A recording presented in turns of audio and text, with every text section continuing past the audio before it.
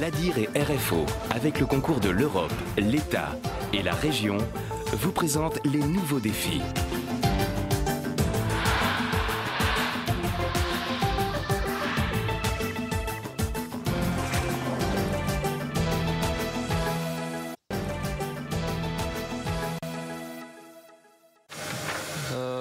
Ok, bon ben ce matin, je crois qu'on continue sur les prods d'hier, pareil. Hein. Bah, Alix, il y a toujours le Caraco calé sur la 10 et Ivo, t'es toujours sur l'anis, dessin d'anis.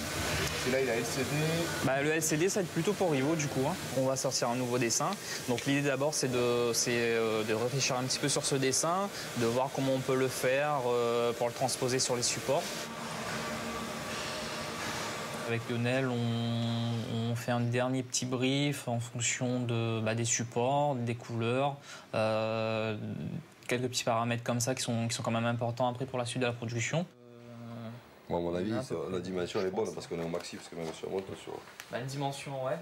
Si cette étape elle est mal faite, on se retrouve au moment de caler sur les machines de s'apercevoir qu'on a oublié quelque chose. Et ça nous est déjà arrivé. Donc par expérience, le seul stress qu'il peut y avoir à ce moment-là, c'est de bien penser à ne rien oublier. Parce qu'une fois que les films sont sortis, que les écrans sont faits, ça veut dire qu'il faudrait reprendre une heure et demie de process pour pouvoir sortir le premier t-shirt.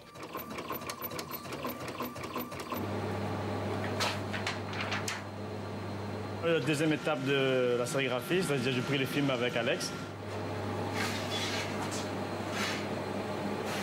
Je place le film sur l'écran, je fais la mise au point. Et c'est pour ça que je mets le point de repère, parce que ça c'est le milieu du cadre. Si je prends l'écran, je me suis sur la table d'insolation. Et j'ai insolé pendant 1 minute 10. Et là, je dépouille le pochoir. En fait, ça s'appelle un pochoir. Là, il y a un pochoir pour une couleur, c'est-à-dire le vert. Le vert clair, comme il y a 3 couleurs, et donc il faut 3 pochoirs. 3 cadres différents. S'il y a 10, il faut 10 cadres.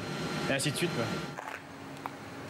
Après séchage des pochoirs en plein air, la production des t-shirts peut commencer.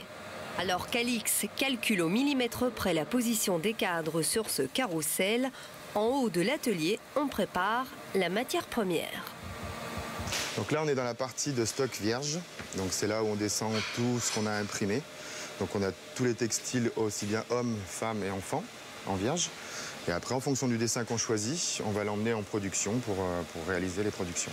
On travaille essentiellement le coton, mais on peut avoir d'autres supports. Et les provenances, c'est Maurice, Bangladesh, Asie en général.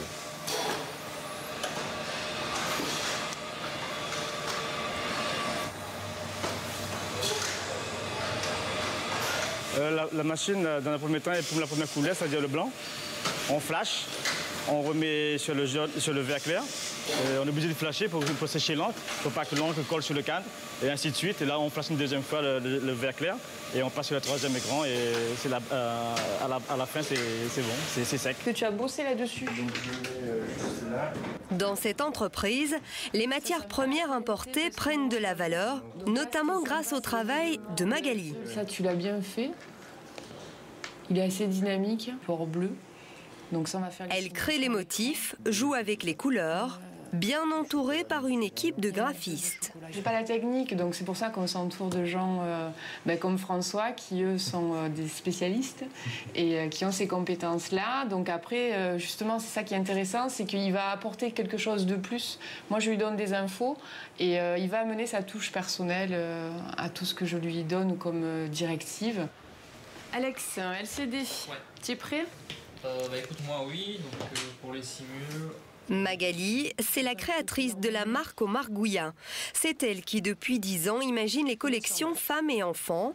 Pour les vêtements hommes, chaque employé y va de sa petite idée. Finalement, le t-shirt qui sort là, c'est votre création en fait.